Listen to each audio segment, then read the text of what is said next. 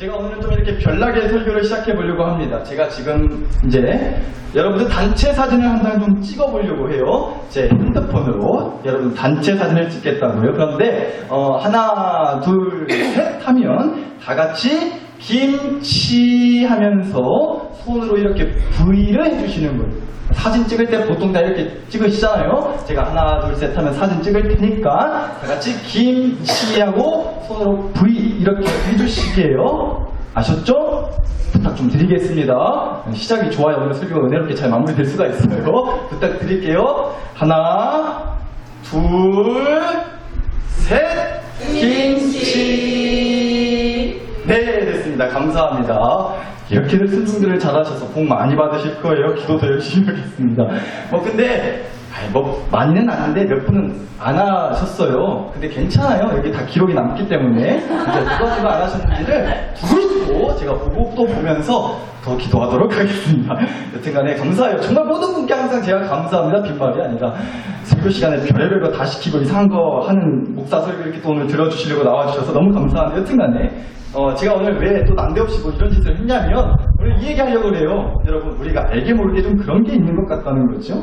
방금처럼 다 같이 좀 사진을 찍자고 하면 누가 가르쳐준 것도 아닌데 누가 어디 가서 배운 것도 아닌데 우리가 김치하고 손으로 V 이렇게 보통 많이 한다고. 이거 어디 가서 배워오셨어요? 사진 찍을 때 김치하고 손으로 V 해야 된다는 거 어디서 배워오셨냐고요. 그렇지 않잖아요. 근데 한국 사람이라서 다 김치를 그렇게 좋아해서 김치 하는 건지 모르겠지만 너나 나나 할 것 없이 우리는 보통 사진 찍는다면 김치하고 손으로 V하고 다들 그렇게 한다는 겁니다. 마치 그런데 우리 인생도 크게 다를 것이 없다라는 생각이 좀 들었어요. 제가 뭐 사진 찍는 걸 예로 들었지만 우리가 살아가는 인생도 마찬가지겠다 싶더라는 거죠. 특히 좀 그런 것 같아요. 우리 여자분들, 우리 여자 성도님들 남자들한테, 남편들한테 가장 듣고 싶은 말이 이 말이라고 하더라고요. 세 글자예요. 사로 시작하는. 뭘까요? 우리 뭐라고 하시더니? 사랑해. 사로 시작하는 세 글자. 혹시 우리 여자 성도님들 맞나요? 정답이에요? 어째 분위기가 절대 정답이 아니라는 분위기 같은데 집사님 아주 너무 멋진 대답을 해주셨는데 그게 사실은 정답이 아니라고 합니다. 사로 시작하는 세 글자. 여자분들이 제일 듣고 싶은 말, 남자들한테, 남편들한테 제일 듣고 싶은 말이 바로 이거라고 해요. 사줄게. 뭐라고요? 사줄게. 거의 뭐 주님의 음성처럼 들리지 않으세요? 그가 사라 하심에 샀으니라, 산근이라. 아멘 하고 싶은 마음 드시지 않으시냐고. 누구보다 저희 아내님의 얼굴이 활짝 핀 것 같네요. 우리 아내님도 사랑해. 별로 안 좋아하잖아요. 사줄대로 말하니까. 여튼 그렇다고 하는 얘기를 제가 들었습니다. 근데 뭔 얘기 하려고 그러냐? 그런 것 같다는 거죠. 누구 하나 사진 찍을 때 김치하고 V하라고 가르쳐주지 않았는데 우리가 다 그렇게 하는 것처럼요. 우리가 인생을 살아가면서 더 많은 것을 사고 싶어 해요. 더 좋은 것을 갖고 싶고 더 많은 돈과 시간과 여유를 어떻게든 사고 갖고 싶어 한다는 거죠. 근데 그 마음을 누가 알려줘서 누가 가르쳐줘서 우리가 그런 욕심과 소원을 가지고 사는 게 아니라는 거죠. 오늘 주신 성경 말씀에 나오는 야곱이라는 사람도 마찬가지였어요. 우리랑 다르지 않았다고요. 성경 말씀에 나오는 야곱이라고 하는 사람도요. 어떻게든 갖고 싶어 했고 살 수만 있다면 사고 싶다 할 정도로 욕심과 소원이 굉장히 큰 사람이 바로 야곱이었다는 사람이 보통 자기 이름을 따라서 산다고 그러잖아요. 그래서 우리가 이름 짓는 거 되게 고민하고 기도하고 신중하게 짓잖아요. 근데 심지어는 이 야곱이라는 이름의 뜻부터가 그래요. 야곱은 발 뒤꿈치를 잡다.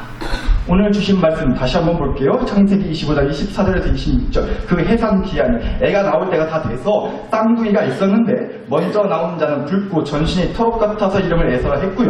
후에 나온 동생은 손으로 에서의 뭐를 잡았어요? 발꿈치를 잡았으므로 그 이름을 야곱이라 했다. 이렇게 나오잖아요. 그러니까 야곱한테는 에서라고 하는 쌍둥이 형이 하나 있었는데 이 쌍둥이 둘이 엄마 리브가 뱃속에서 나올 때 출산할 때 형 에서가 먼저 나오고 그 뒤로 동생 야곱이 이제 나오는데 이 야곱이 형의 발 뒤꿈치를 잡고 나왔다는 거예요. 그래서 이름이 발 뒤꿈치를 잡다라는 뜻을 가진 야곱으로 짓게 됐다는 거죠.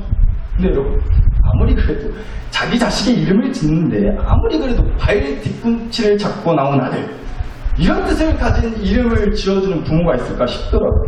여러분, 간혹 가다가 정말 나이 때부터 무슨 엄마 뱃속에서부터 미용실을 다녔나 싶을 정도로 머리숱이 굉장히 많은, 머리 아주 새까맣게 태어나는 깐난 애기들도 간혹 가다 있더라고요. 근데 우리 애는 참 태어날 때부터 머리숱이 많았다고. 그래가지고 이름 지을 때 이름을 임머리숱이라고 그렇게 짓지는 않잖아요. 아니, 그렇게 짓는 부모가 어디 있겠어요. 물론 저 개인적으로는 굉장히 부러운 이름이긴 해요. 저도 어디 가서 임머리숱 목사님 나오시겠습니다. 이렇게 좀 이름을 그런 마음이 좀 들긴 하는데, 여튼간에 부모가, 그러니까 이게 뭔 얘기냐면요, 부모가 봤을 때도 진짜 얘는 보통 얘가 아니겠구나 느껴질 정도였다는 거예요. 왜냐하면 쌍둥이 형의 발 뒤꿈치를, 깐난 애가 뭘 한다고, 근데 그 발 뒤꿈치를 손에 꽉 쥐고 엄마 뱃속에서 나왔으니까 이것이 보통 얘기가 아니겠다 싶어가지고요, 이름에다가 아주 박아버렸다는 거예요. 야곱, 니는 형의 발 뒤꿈치를 잡고 나온 사람이다 라고 그렇게 이름에다 아예 박아버렸다는 거죠. 그러니까 여러분, 이렇게 태어날 때부터 그 이름 뜻부터가, 이 야곱이라고 하는 사람은요, 누구보다, 그러니까 우리의 솔직한 모습을 있는 그대로 보여주는 그런 대표적인 성경 인물이라는 거죠. 왜요? 말씀드렸듯이 우리도 그래요. 누가 가르쳐주고 어디 가서 배운 것도 아닌데 우리도 날 때부터 무언가를 갖고 싶어하고, 그래서 어떻게든 손에 쥐기 위해서 막 욕심을 부리고 그걸 소원하고 살잖아요. 야곱은 근데 날 때부터 그랬다는 거예요. 우리처럼 말이죠. 어떻게든 발 뒤꿈치를 잡고서라도 내가 더 앞서 나가고 싶었고, 손에 하나라도 더 쥐고 살라고 하는 그 욕심과 소원을 굳이 누구한테 배우지 않았어도 다 그런 마음을 품고 우리가 살아간다는 겁니다. 야곱 얘기 한번 더 보실게요. 그렇게 날 때부터 그랬던 야곱은요, 이름 따라 산다고 계속 쭉 그랬어요. 여하튼 이 야곱이 결국은 동생으로 태어났잖아요. 그래가지고요, 지금은 그러면 형제들끼리 유산 가지고 쌈나고 뉴스나고 난립니다. 그런데 이 당시, 야곱 당시 때만 하더라도 장자, 그러니까 첫째 아들한테는 굉장히 많은 부모의 유산과 축복이 돌아갔다고 합니다. 그래서 동생 야곱은요, 자기는 둘째 아들이라서 가질 수가 없었던 그 장자, 첫째 아들의 축복을 손에 쥐고 싶어가지고 그게 욕심이 나가지고 이렇게까지 했다고 성경 말씀에 나와요. 하루는 형 에서가 이제 밖에서 사냥을 하고 집에 돌아왔어요. 근데 때마침 이 동생 야곱이 아주 맛있는 팥죽을 만들고 있었다는 거예요. 근데 이 형 에서가 밖에서 사냥을 하고 돌아와가지고 너무 배가 고파 죽겠으니까 배가 고파서 동생 야곱한테 그 죽을 달라고 좀 했어요. 그런데 이걸 또 놓치지 않고 동생 야곱 기회로 삼았다는 거죠. 그러고는 이렇게 말했어요. 형한테 창세기 25장 31절 보시면, 야곱이 이르되 형의 장자의 첫째 아들의 명분을 오늘 내게 뭐해라? 팔라! 라고 했다는 거예요. 그 기회를 노려가지고 이 동생 야곱이 얼른 머리를 굴려서요, 이걸 또 형 발 뒤꿈치 잡을 기회로 삼았다는 거예요. 장자, 첫째 아들만이 받을 수 있는 축복의 권리를 다 넘기라고 나한테 그거 팔라고. 그럼 내가 팥죽 줄라니까. 이랬다는 거예요. 그런데 이 형 에서가요, 하루 종일 밥도 못 먹고 밥도 먹지 못하고 사냥 댕겨싸서 배고파 뒤지겠다고. 아이, 죽이 나오는 주라고. 장자니 공자니 너도 다 가지고 나는 관심 없으니까 야 얼른 죽이나 좀 줘라. 배고파 죽겠다 라고 하고 그냥 아무 생각 없이 그 첫째 아들만 받을 수 있는 축복의 권리를 동생한테 넘기게 됐다는 겁니다. 그러니까 보세요. 야곱은요, 사줄게랑 비슷했던, 너 줄게 라는 말을 듣고 싶었다는 거예요. 그런 욕심과 소원을 이루기 위해서 정말 열심히 머리 굴리고 마음과 열정을 쏟은 사람이었다는 거죠, 야곱은. 그런데 그게 또 끝이 아니었어요. 야곱의 노력과 열심히. 그리고 나서 또 야곱이요, 확실하게 그 축복을 받고 싶어가지고 아빠 이삭한테 직접 가서 승부를 보고 세기를 박으러 갔다는 거예요. 왜냐면 형이랑 했던 건 사실은 구두 계약이었잖아요. 말로만 그런 거잖아요. 그러니까 야, 너 첫째 아들 축복 너 가져 라고 말은 했지만 나중 가서 맘 맡겨가지고 내가 언제 그랬냐? 내가 너 팥죽 하나 사줄라니까 나 그거 안 넘길란다 라고 할 수도 있잖아요. 혹시라도 그래서 그런 마음이었을지도 모르겠지만, 여튼간에 아빠 이삭을 직접 찾아갔다는 거죠. 물론 엄마가 이제 꼬드겨서 간 것도 있지만 여튼 간 건 동생 야곱이었단 말이에요. 그래서 이제 하루는 형 에서가 이제 아빠 심부름을 하러 밖으로 또 사냥을 하러 간 날 동생 야곱이 아빠를 찾아갔어요. 근데 그때 이제 아빠 이삭이 이제 나이가 들어서 곧 죽을 날이 얼마 남지 않은 상황이었어요. 그래서 몸이 좋지 않고 특히나 눈이 잘 보이지 않았다고 성경 말씀에 나와요. 앞이 잘 안 보였다고. 그래서 그걸 또 이용한 거예요. 이 동생 야곱이 앞을 보지 못하는 그 아빠를 이용해서 이렇게 사기를 쳤다는 겁니다. 어떻게 했냐면요. 혹시라도 이제 아빠한테 가서 축복 기도를 직접 받아야 이제 그게 축복을 물려받을 수 있는 거거든요. 근데 그 기도를 받으러 갔는데 혹시라도 아빠가 자기 머리에 손을 얹고 기도를 할 때 몸을 떠듬떠듬 하다가 형에서는 말씀도 보셨지만 오늘 주신 말씀에서 형에서는 몸에 털이 굉장히 많은 그런 이제 몸이었다고 나온단 말이죠. 근데 동생 야곱은 그러지 못했어요. 그냥 몸에 털이 많이 없다 보니까 아빠가 자기 몸을 떠듬거리다가 자기가 아빠를 속이는 걸 들킬까 싶어서 염소 가죽의 털을 자기 온몸에 두르고 아빠를 찾아간 거예요. 그러니까 그렇게 또 머리를 굴려서 어떻게든 자기가 원하는 축복을 받기 위해 그렇게 또 열심과 노력을 다 했다는 거죠. 혹시라도 걸리면 이건 축복은커녕 된통 저주받을 수 있는 거예요. 이놈의 아빠 눈 안 보인다고 어디 아빠를 물려먹고 속여먹으려고 그러냐고 이 못해 죽어먹는 것 같은 거 하면서 된통한 소리 들을 수 있기 때문에 그렇게 철저하게 지독하게 준비해서 자기가 원했던 간절히 바랬던 그 축복을 얻어내려 갔고 결국에는 그 축복을 얻어냈다는 게 야곱의 얘기예요. 그러니까 제가 드리고 싶은 얘기는 뭐냐면 야곱은 그렇게까지 지독한 사람이었다는 겁니다. 어떻게든 자기 손에 축복을 쥐고 싶어서 엄마 뱃속에서 나는 절대 형한테 지지 않으리. 형 발 뒤꿈치를 잡고 나오려고 했고 배고픈 형한테 죽 한 그릇을 주는 것마저도 평소에 욕심냈던 그 첫째 아들의 축복을 빼앗을 기회로 삼은 사람이었어요. 또 자기가 갖고 싶은 게 있으면 눈이 잘 보이지 않는 아버지마저도 속이기 위해 동물의 털 가죽까지 뒤집었으면 그 정도로 정말 지독하다 싶을 만큼 전라도말로 징하다 싶을 만큼 자기가 갖고 싶은 거라면 그것을 위해 온 힘과 정성과 노력을 쏟는 사람이 바로 야곱이라는 사람이었다는 거죠. 그런데 여러분, 그런 야곱의 모습이 사실 저와 여러분의 모습과 크게 다르지 않겠다는 생각이 들더라고요. 사실 우리도 그렇죠. 여러분, 우리가 왜 돈을 여러분 돈 왜 버세요? 전에도 한번 여쭤봤던 것 같은데 돈을 왜 버시냐고요? 그쵸? 맞아요. 목사 맛있는 거 사주려고. 그렇잖아요. 맞췄죠, 제가? 요 정도 물어보면 묻는 사람 기분이라도 좋으라고 좀 그렇다고 해주시라고 여러 번 제가 훈련한 것 같은데 알겠어요. 근데 여러분, 우리가 돈을 버는 이유가 뭐예요? 내가 갖고 싶은 거 마음 편히 얼마든지 살 수 있게 하고 싶어서이지 않냐고. 내가 갖고 싶은 거 더 많이 갖고 내 자식들 쪼달리게 살고 싶게 하지 않고 그래서 돈 얼마에 기꺼이 자존심을 팔기도 하고요.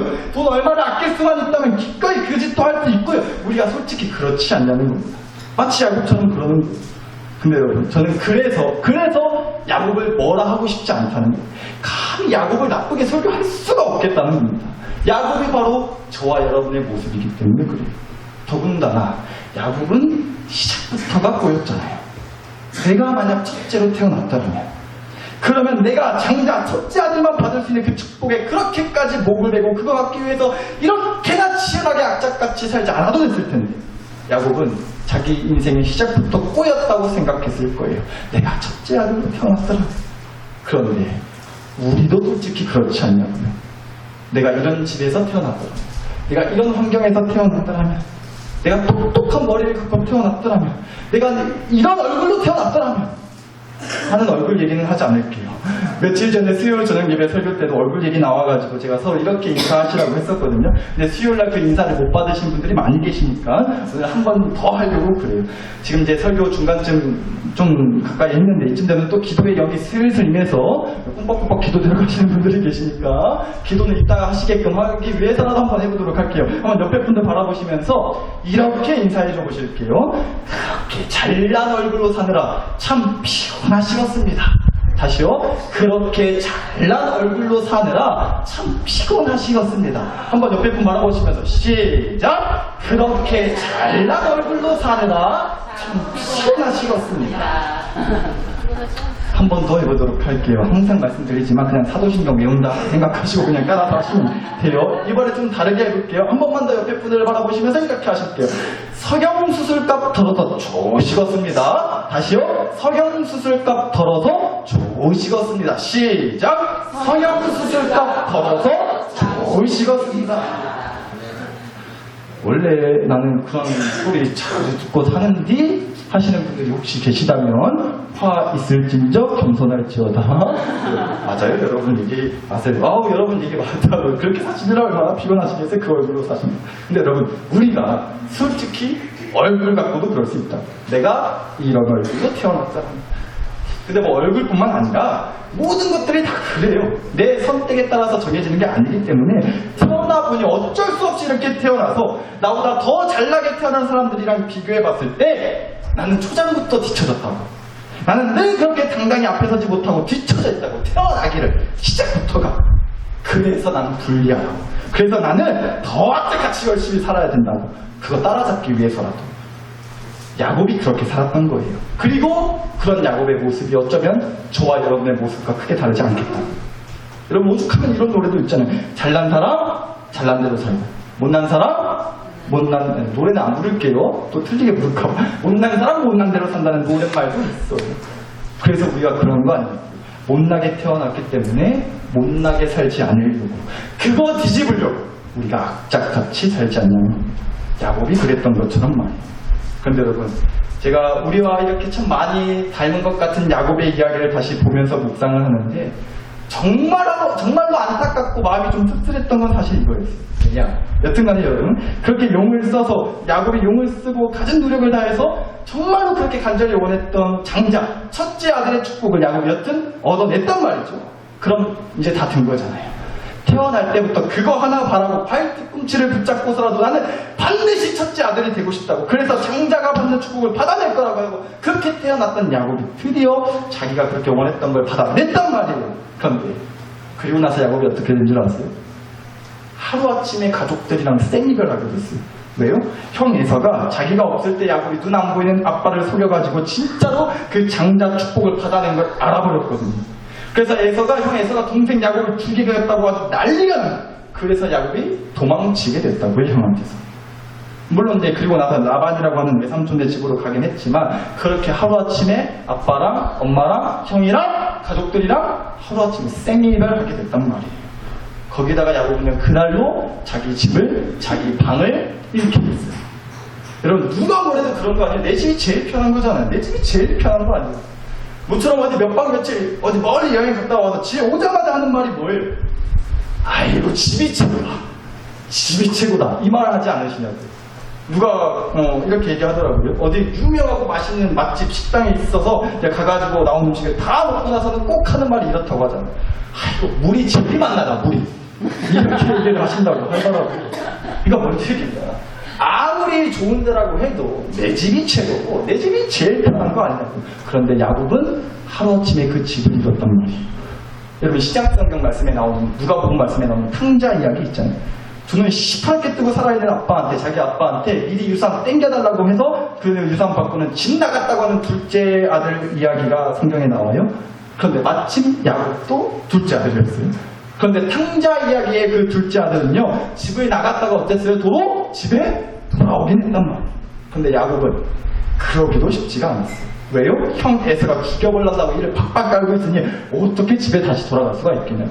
물론 한 14년 있다가 돌아오긴 했어요. 근데 그 세월을 어떻게 견딜 수가 있었겠냐면, 또 거기에다가 형이 이제 자기를 죽이겠다고 난리를 치니 사람을 보낼 수도 있고, 언제 어떻게 자기가 죽임을 당할지도 모른다는 그런 두려움과 불안함의 마음이 있지 않았겠어요? 또 거기에 무엇보다 가장 야곱 본인도 정말 씁쓸하고 어이가 없다 싶어 했을 것은 장자, 첫째 아들이 받게 되는 그 많은 재산, 명예, 권리, 이거 이제 다 받았는데 누려보지도 못하는 거예요. 하루아침에 그냥 그렇게 도망치는 신세가 돼버려가지고 사기꾼 신세나 돼버렸단 말이죠. 그러니까 보세요. 실은 야곱은 태어나기를, 자기가 바라고 원하는 대로 태어나지를 못해서 그 차이를, 그 욕심을 따라잡고 손에 쥐기 위해서 정말 몸부림치듯 치열하게 지독하게 살았는데, 그 치열함과 지독함의 결과와 축복을 누리고 사는 인생이 아니라 더 큰 외로움과 불안함과 씁쓸함을 느낄 수밖에 없는 그런 인생이 돼버렸다는 거예요. 그래서 야곱의 이야기를 보는데 참 허무하기도 하고 한편으로 좀 씁쓸하기도 했다는 겁니다. 그런 야곱의 인생이 사실은 어쩌면 우리의 모습과 크게 다르지 않겠다는 생각 때문에 더 씁쓸했어요. 여러분도 그러시지 않나요? 정말 열심히 사셨잖아요. 왜요?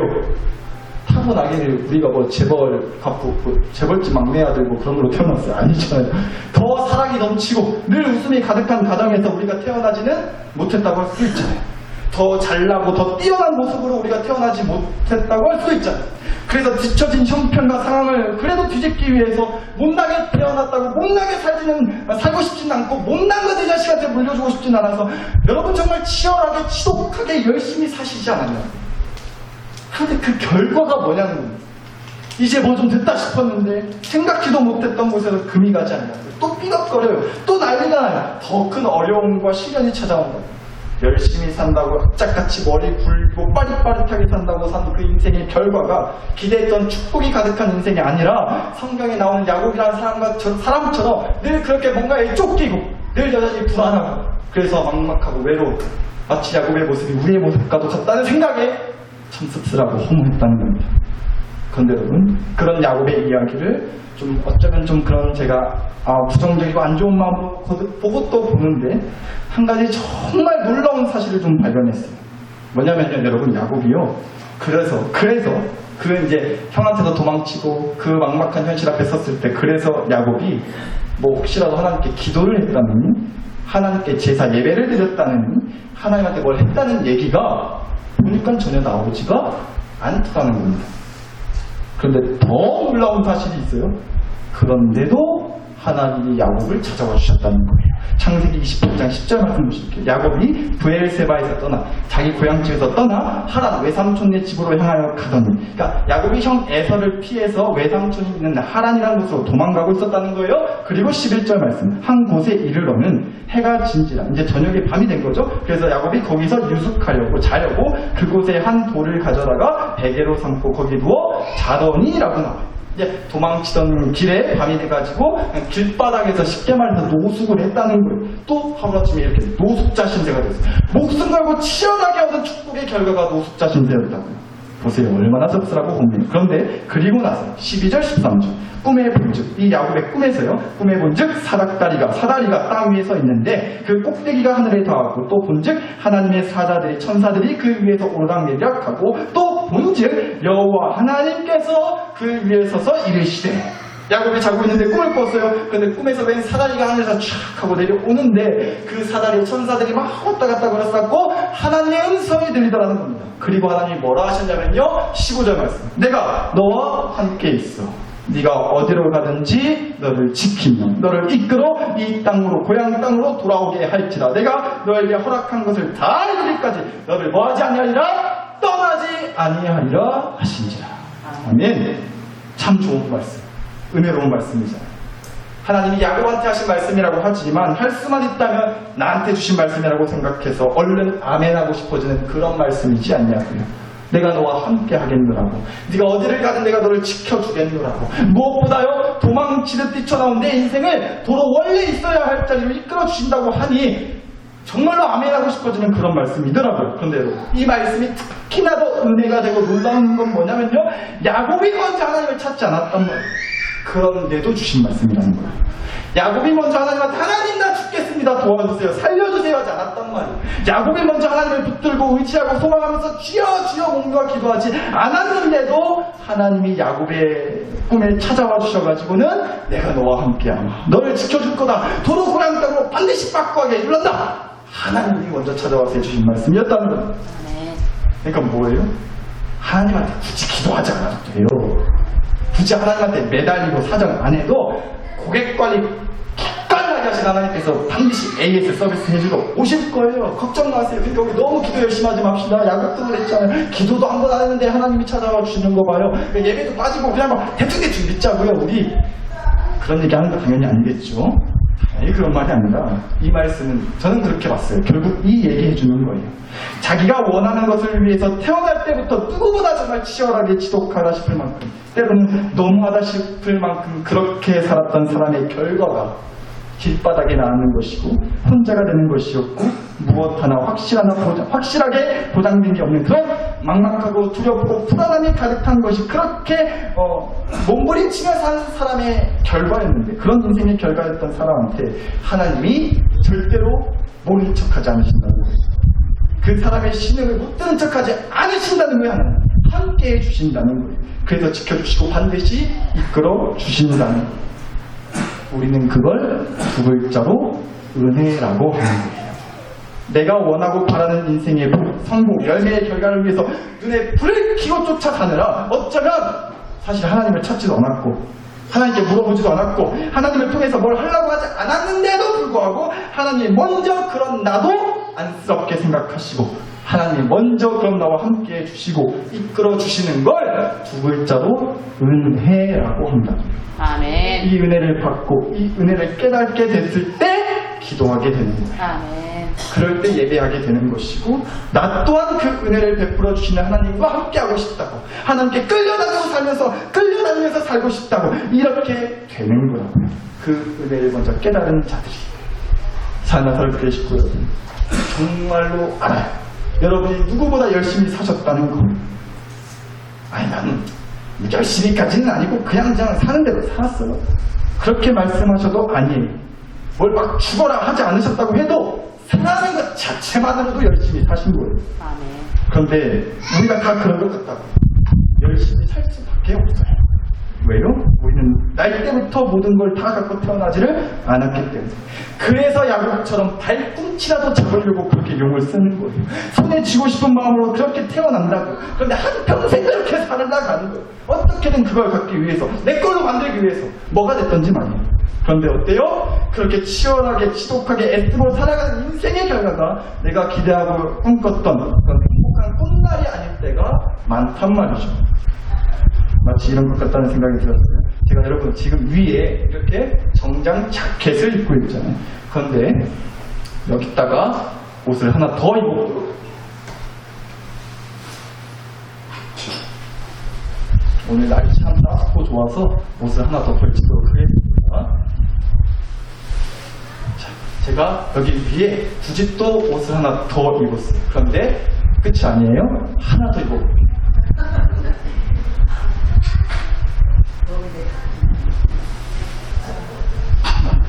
기대하세요. 앞으로 몇 벌이 더 나올지 저도 모르겠습니다. 자, 제가 또 하나 더 걸쳤습니다. 끝이 아니라고 했죠? 하나 더 입어.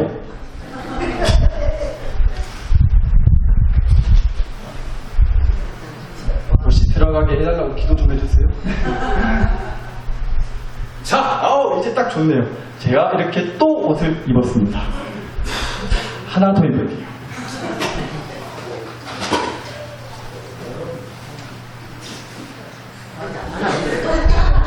걱정 마세요. 이거 입어야 설교 끝납니다. 네.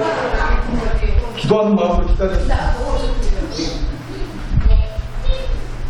자, 여러분 보시기에 어떠세요? 저 매주 이렇게 입고 설교할 거였어요. 금세 여름 닥치는데 오늘도 더 춥겠다 싶은데 아마 보는 여러분이 보기에 답답하니까 빨리 좀 벗으라고 보는데도 내가 더 죽겠다고 하실 것 같아요. 근데 여러분 이 말씀 드리겠다는 거예요. 어쩌면 이 모습이 저와 여러분의 삶의 모습이겠다고. 막 더 껴입고 싶은 행복이 있단 말이에요. 우리 삶에 몇 겹을 겹치고 또 겹쳐서 입고 또 두르고 둘러고 또 갖고 싶어요. 더 갖고 싶어요. 그래서 우리가 악착같이 살아요. 남들 보면 지독하다 싶을 만큼 열심을 떨면서 산다고요. 그런데 어때요? 그렇게 해서 다 같이 실수라도 있으면 좋겠어요. 그런데 어떠냐면 그 결과 더 있으면 더 많으면 인생 편해질 줄 알았는데 한숨 놓을 수 있을 줄 알았는데 인생 좀 편하고 가볍게 산뜻하게 홀가분하게 살 줄 알았는데 더 무겁단 말이에요. 저 지금 죽겠어요. 답답하다고 했어요. 내가 원해서 어떻게든 더 지고 살려고 했던 것들이 나를, 내 인생을, 내 집을, 우리 교회를 가볍게 해주는 게 아니라 실은 이렇게 나를 더 짓누르고 옥죄고 무겁게 만든단 말이에요. 저는 야곱이 자기 집에서 형을 피해가지고 도망치고 길바닥에 누워서 깜깜한 밤하늘을 바라보면서 그런 인생의 무거움, 고달픔, 허무함과 쓸쓸함이 좀 밀려왔을 것 같다는 생각을 해봤어요. 그래서 하나님이 야곱에게 찾아와 주셨다는 거예요. 그리고 오늘 이 시간 마찬가지로 그래서 저와 여러분에게 하나님이 찾아와 주실 줄 믿어요. 그리고 그 하나님의 은혜 덕분에 비로소 우리는 내 인생과 가정을 무겁게 짓눌렀던 이 옷들을 그 하나님의 은혜 덕분에 하나씩 서서 던질 수 있을 줄 믿습니다. 이 얘기 드리려고 이 짓을 했습니다. 근데 꼭 기억하셨으면 좋겠어요. 더 이상 이런 것들이 필요하지가 않다. 그거 없이도 살 수 있습니다. 이런 얘기 하는 거 아니란 말이에요. 내게 먼저 찾아와 주신 그 하나님의 은혜가 나와 함께하기 때문에, 그 은혜가 나를 지켜주고 나를 이끌어줄 것이기 때문에 괜찮다는 말씀을 드리는 거예요. 나는 하나님의 은혜로 이런 것들을 내려놔도 살 수가 있다고, 하나님의 은혜로 가볍게 좀 이제는 허가분하게 살다 가고 싶다고, 우리 그 믿음의 고백 품고 살 수 있기를 정말로 간절히 축복합니다. 아멘. 그래서 이 시간 우리가 함께 이 기도했으면 좋겠어요. 하나님, 부족하게 태어났다는 원망에 더 악착같이 살려고 했습니다. 그동안 팔 뒤꿈치라도 잡아서 어떻게든 앞서고 싶었고 더 갖고 싶어서 몸부림을 치고 살았습니다. 그런데 사실 그렇게 사는 인생이 절대 행복하지가 않더라고요. 하나님, 점점 더 무겁기만 하더라고요. 더 가져서 더 많이 얻게 돼서 가벼워진 게 아니라 더 못 가졌다는 자책과 한숨에 인생이 고달프고 무거워지더라고요. 하나님, 무엇보다 그렇게 사느라 하나님을 찾지도 않았습니다. 그런데 그런 저에게 먼저 찾아와 주신 하나님의 은혜가 있다 하니 감사합니다. 그리고 소망합니다. 이제는 나를 찾아와 주신 하나님의 발뒤꿈치를 잡고 사는 인생이 되게 하여 주시옵소서. 그거면 충분하고, 그래야 진정한 행복과 기쁨이 있음이 있다고, 그래야 진정한 행복과 기쁨이 있다는 사실이 믿어지게 하여 주시옵소서. 우리 다 함께 이런 간절한 마음으로 주신 말씀과 은혜를 가지고서 주여 한번 부르고 이 기도 함께 올려드리도록 하겠습니다. 주여!